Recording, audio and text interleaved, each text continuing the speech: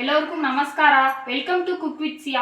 இன்னைக்கு பார்க்க போற ரெசிபி என்னன்னா, நான்வெஜ் சாப்பிட்றவங்ககிட்டயே நான்வெஜ்ல உங்களுக்கு எந்த ரெசிபி பிடிக்கும் கேட்டிங்கன்னா அவங்க ஃபர்ஸ்ட் சொல்றதே இந்த ரெசிபியை தாங்க சொல்லுவாங்க. அது என்ன ரெசிபினா பிரியாணி.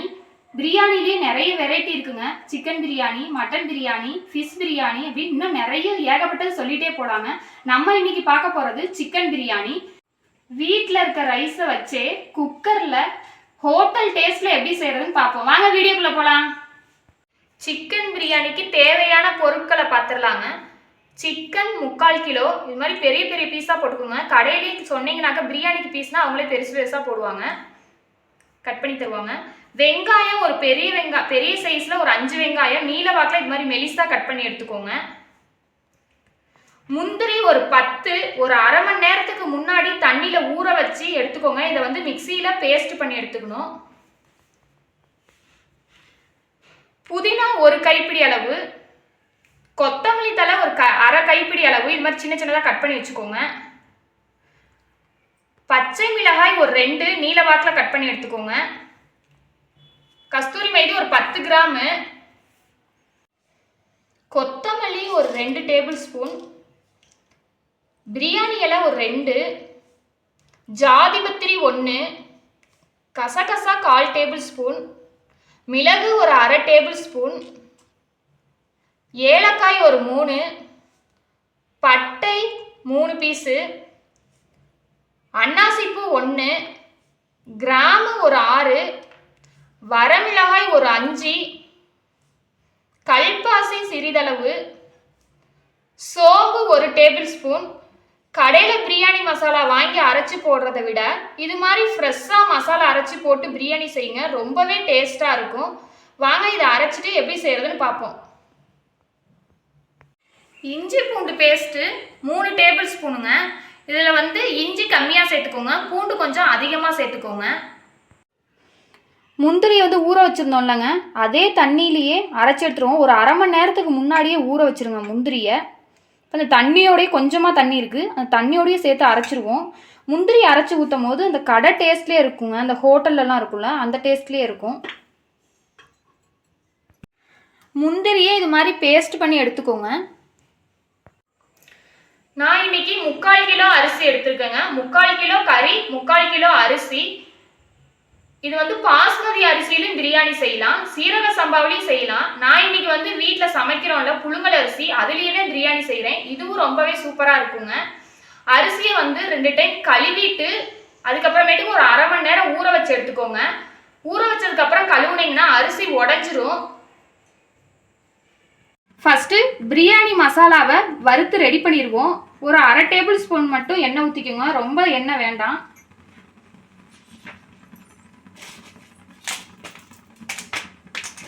லைட்டாலே வறுத்து எடுத்துக்கோங்க போதும். அடுப்பை வந்து லோ ஃப்ளேம்லேயே வச்சுக்கோங்க.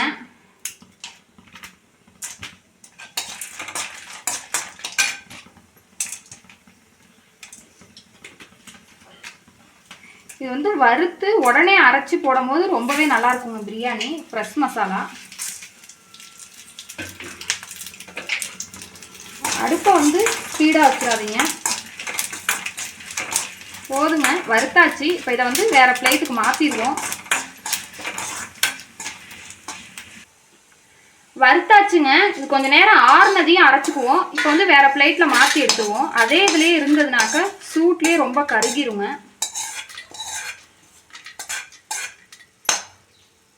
மசாலாவை அரைச்சிக்கலாம். நல்லா ஆறிடுச்சு. மிளகாயை வந்து இது மாதிரி கிள்ளி போட்டுக்கோங்க. இதை வந்து தண்ணி சேர்க்காமல் அரைச்சிக்கோங்க.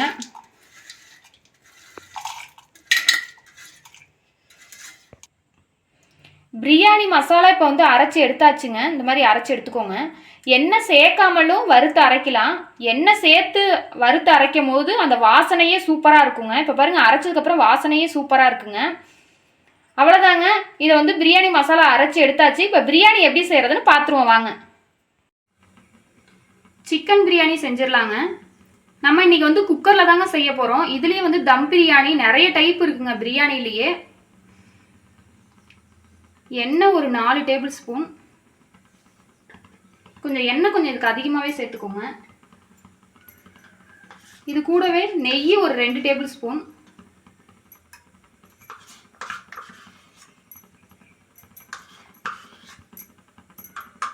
எண்ணெய் நல்லா காயிட்டும். நெய் சேர்த்து போடும் போது பிரியாணி வந்து நல்லா சூப்பராக உதிரி உதிரியாக இருக்குங்க. அதுக்கு தாங்க நெய் சேர்க்குறோம். இப்போ எண்ணெயும் நெய்யும் நல்லா சூடாயிருச்சுங்க.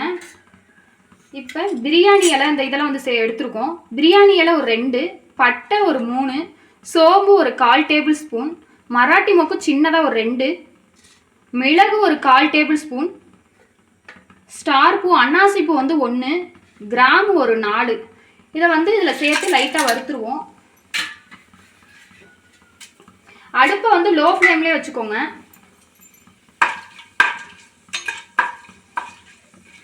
ரொம்ப கருக விடாதீங்க, லைட்டாக வறுத்தாலே போதும். இப்போ இதில் பச்சை மிளகாய் சேர்த்துருவோம். லைட்டாக கிண்டி விடுங்க.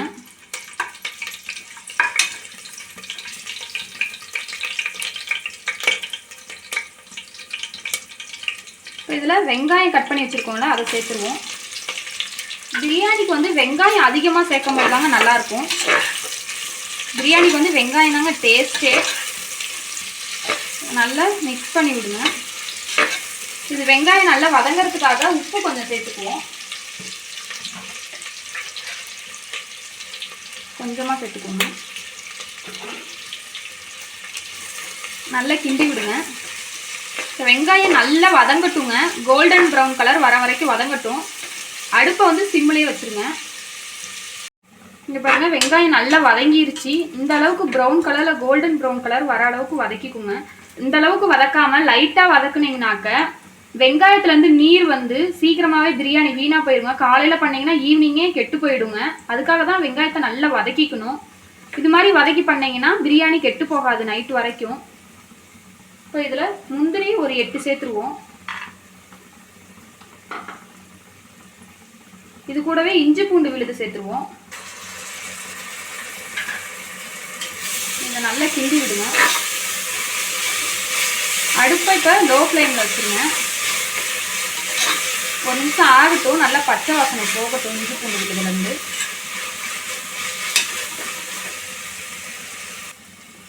இஞ்சி பூண்டு போட்டிருந்தாலங்க அது வந்து பச்சை வாசனை போயிடுச்சு. இப்போ கொத்தமல்லி புதினாவும் இதில் சேர்த்துருவோம். நல்லா கழுவிட்டு சேர்த்துக்கோங்க. லாஸ்ட்லேயும் புதினா கொத்தமல்லி தழை போடலாம். இப்போவே போட்டு எண்ணெயில் நல்லா வதக்கிட்டிங்கன்னா வாசனையே சூப்பராக இருக்குங்க. அந்த புதினா வாசனையே. புதினாவும் கொத்தமல்லியும் நல்லா வதங்கிருச்சு. முந்திரி வந்து அரைச்சி வச்சுருந்தோம்ல அதை இதில் சேர்த்துருவோம். கிண்டி விடுங்க. அதை சேர்த்துட்டு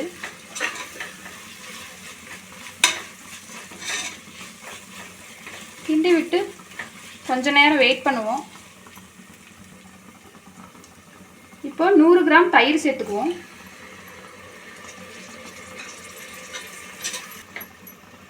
அடி பிடிக்காம நல்லா கிண்டி விட்டுக்கிட்டே இருங்க. கிண்டாமல் இருந்தீங்கன்னா அடி பிடிச்சிடும். இப்போ இதில் கறி சேர்த்துக்குவோம். கறி வந்து ஒரு 3-4 டைம் நல்லா கழுவிடுங்க.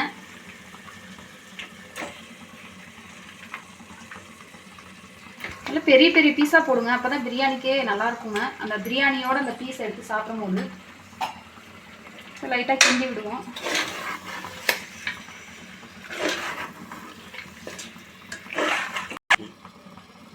தண்ணி எதுவும் சேர்க்காதீங்க. சிக்கன்ல இருந்தே தண்ணி வருங்க. கொஞ்ச நேரம் இருந்ததுன்னா அதுவே வரும். நல்லா இந்த மாதிரி கறியை நல்லா கிண்டி விட்டுட்டு ஒரு நிமிஷம் இருந்ததுக்கப்புறம் மசாலா சேர்த்துருவோங்க. மஞ்சள் தூள் ஒரு 1/4 டேபிள் ஸ்பூன். இந்த பிரியாணி மசாலா அரைச்சி வச்சுருந்தோம்ல அது வந்து ஒரு 3 டேபிள் ஸ்பூன் இருக்குங்க. அது ஃபுல்லாகவே சேர்த்துருவோம். தனி மிளகாய் தூள் ஒரு 3/4 டேபிள் ஸ்பூன். கரம் மசாலா ஒரு 1/2 டேபிள் ஸ்பூன் தாங்க. இந்த பிரியாணி மசாலா அரைச்சிருந்தோம்ல அதனால வந்து கரம் மசாலா கம்மியாகவே சேர்த்துக்கலாங்க. ஒரு 1/2 டேபிள் ஸ்பூன். மல்லித்தூள் ஒரு 3/4 டேபிள் ஸ்பூன். நல்லா கிண்டி விட்டுருவோங்க. நல்லா கறியிலெல்லாம் மசாலா சேர்ற மாதிரி நல்லா கிண்டி விடுங்க. மிக்ஸ் ஆகிற மாதிரி. உப்பு தேவையான அளவு சேர்த்துருவோங்க. உப்பு சேர்த்துட்டு நல்லா கிண்டி விடுங்க. கொஞ்சம் வேகமாக கிண்டிங்கன்னா கறிலாம் உடஞ்சிருங்க. பொறுமையாகவே கிண்டி விடுங்க. கரண்டியை அடியில் பிடிச்சி அடியும் பிடிக்காமல் பார்த்துக்கோங்க. கொஞ்ச நேரம் இருக்கட்டுங்க. இப்போ நம்ம வந்து தண்ணி எதுவுமே சேர்க்கவே இல்லை. இந்த கறியிலேருந்தே கறி வேக வேக தண்ணிங்க பாருங்கள், தண்ணி விட்டுருக்கு கறியிலேருந்தே. இப்போ வந்து உடனே வந்துட்டு இதில் வந்து அரிசி சேர்க்கக்கூடாது. அரிசி உடனே சேர்த்திங்கன்னா வந்து இந்த பிரியாணி ஸ்மெல் வராது, இந்த மசாலா ஸ்மெல் தான் வரும். அது பிரியாணி லாஸ்ட்டில் செஞ்சு முடிச்சதுக்கப்புறமேட்டுக்கு. இப்போ வந்து இதில் வந்து கஸ்தூரி மைதி சேர்த்துருவோம். கஸ்தூரி மைதி சேர்த்து பிரியாணி பண்ணும்போது தனி டேஸ்ட்டுங்க. டேஸ்ட்டே ரொம்பவே சூப்பராக இருக்குங்க. இப்போ பெருங்காயத்தூள் ஒரு 1/2 டேபிள் ஸ்பூன் சேர்த்துருவோம்.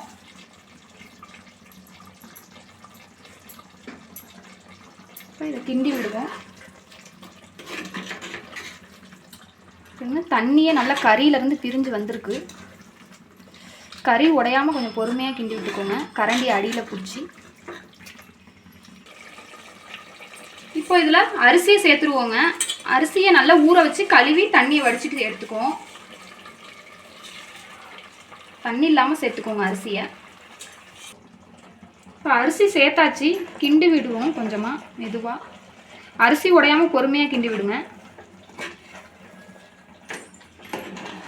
நல்லா மசாலாலாம் ஆடாகிற மாதிரி.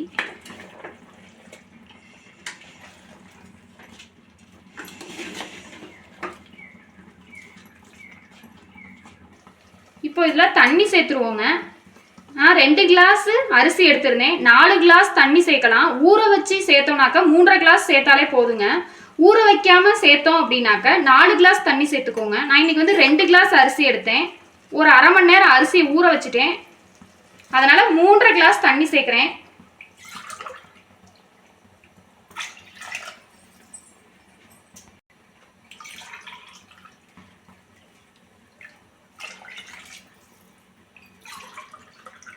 பாருங்க 3.5 கிளாஸ் போதும், இதுவே கரெக்டாக இருக்குங்க. ரொம்ப தண்ணி சேர்த்திங்கன்னா பிரியாணி கொலன்னு இருக்கும், உதிரி உதிரியாக இருக்காது. இப்போ நீங்கள் அரிசியை வந்து ஊற வைக்கலைன்னா 4 டம்ளரே தண்ணி சேர்த்துக்கலாம். 1க்கு 2, ஒரு டம்ளர் அரிசினா 2 டம்ளர் தண்ணி சேர்த்துக்கோங்க. இப்போ உப்புலாம் லாஸ்ட்டாக கரெக்டாக இருக்கான்னு பார்த்துக்கோங்க.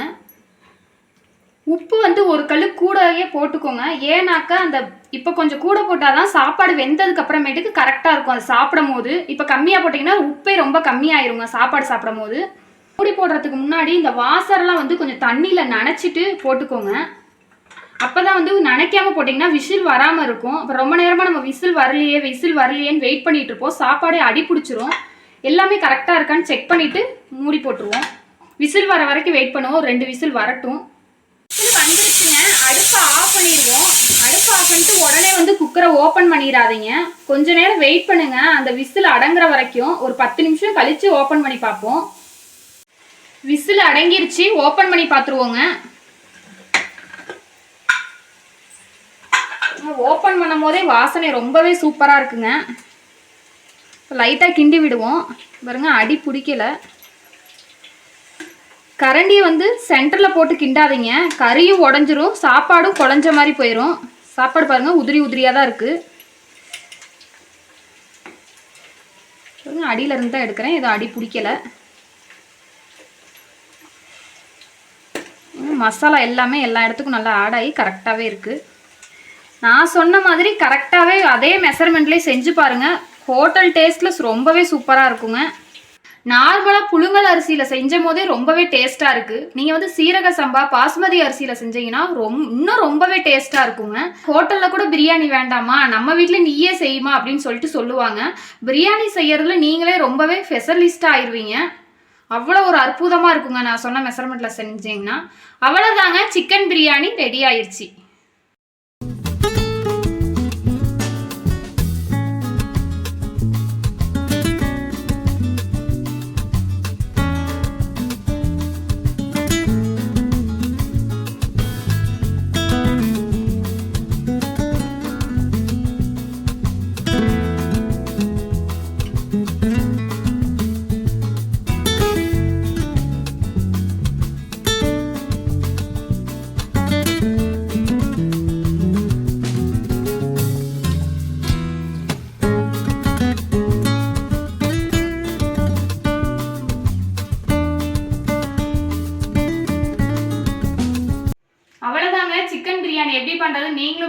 உங்க வீட்ல செஞ்சு பார்த்துட்டு எப்படி இருந்துச்சுன்னு கமெண்ட் பாக்ஸ்ல மறக்காம சொல்லுங்க. நான் சொன்ன மாதிரி பண்ணீங்கன்னா ஃபர்ஸ்ட் டைம் பண்றவங்க கூட ரொம்பவே எளிமையான முறையில சாப்பாடு அடிபிடிக்காம குழையாம ரொம்பவே உதிரி உதிரியா வருங்க. ஹோட்டல் டேஸ்ட்ல இருக்கும். இந்த வீடியோ உங்களுக்கு பிடிச்சிருந்தா லைக் பண்ணுங்க, ஷேர் பண்ணுங்க, கமெண்ட் பண்ணுங்க, மறக்காம சப்ஸ்கிரைப் பண்ணிருங்க. Okay, bye friends.